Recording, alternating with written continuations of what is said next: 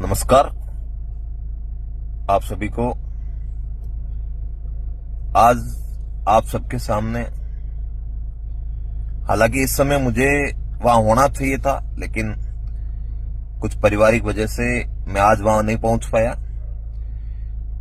बीकानेर जिले के बोजास गांव की घटना ने, उस बिटिया के साथ दरिंदों ने जो हैवानियत की है, उस हैवानियत ने हम सबको झकझोर के रख दिया। ये घटना कहीं न कहीं हमारे सभ्य समाज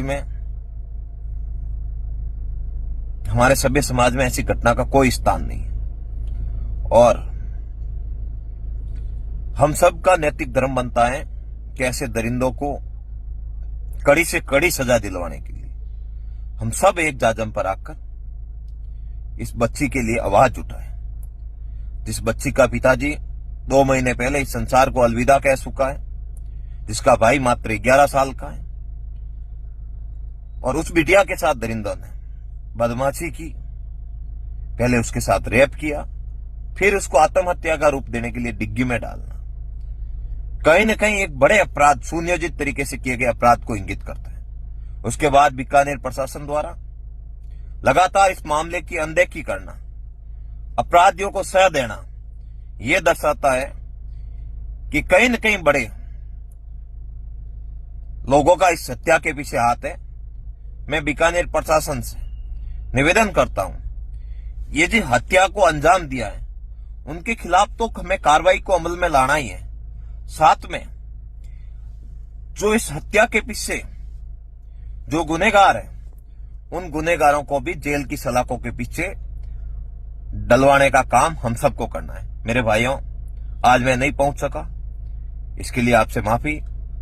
मैं पारिवारिक कार्यक्रमों में कई बार था, लेकिन मैं कल शाम तक या परसों सुबह तक वहां पहुंचकर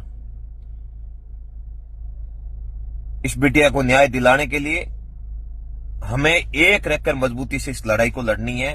हमें यह ना देखना है कि अपराधी कौन है, हमें यह देखना है कि अपराध करने वाला कोई भी हो, उसके खिलाफ हम सबको एक होकर लड़ाई लड़नी है, एक होना है।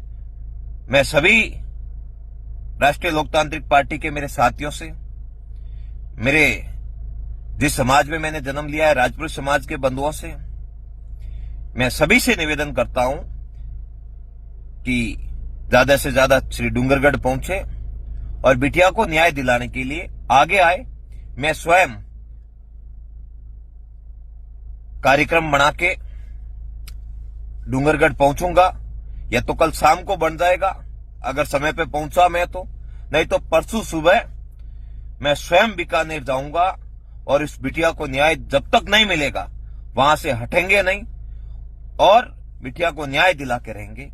आप सभी से पुनः निवेदन है कि इस दुख की घड़ी में इस परिवार को, इस सभ्य समाज को, और जिस उद्देश्य से हमारी पार्टी का गठन हुआ है, राष्ट्रीय लोकतांत्रिक पार्टी का गठन हुआ है, गरीब को न्याय दिलाने के लिए, इसी सिलसिले को आगे बढ़ाते हुए हम सबको ज्यादा से ज्यादा संख्या में डूंगरगढ़ पहुंचना है और इस बिटिया को न्याय दिलाना है। धन्यवाद।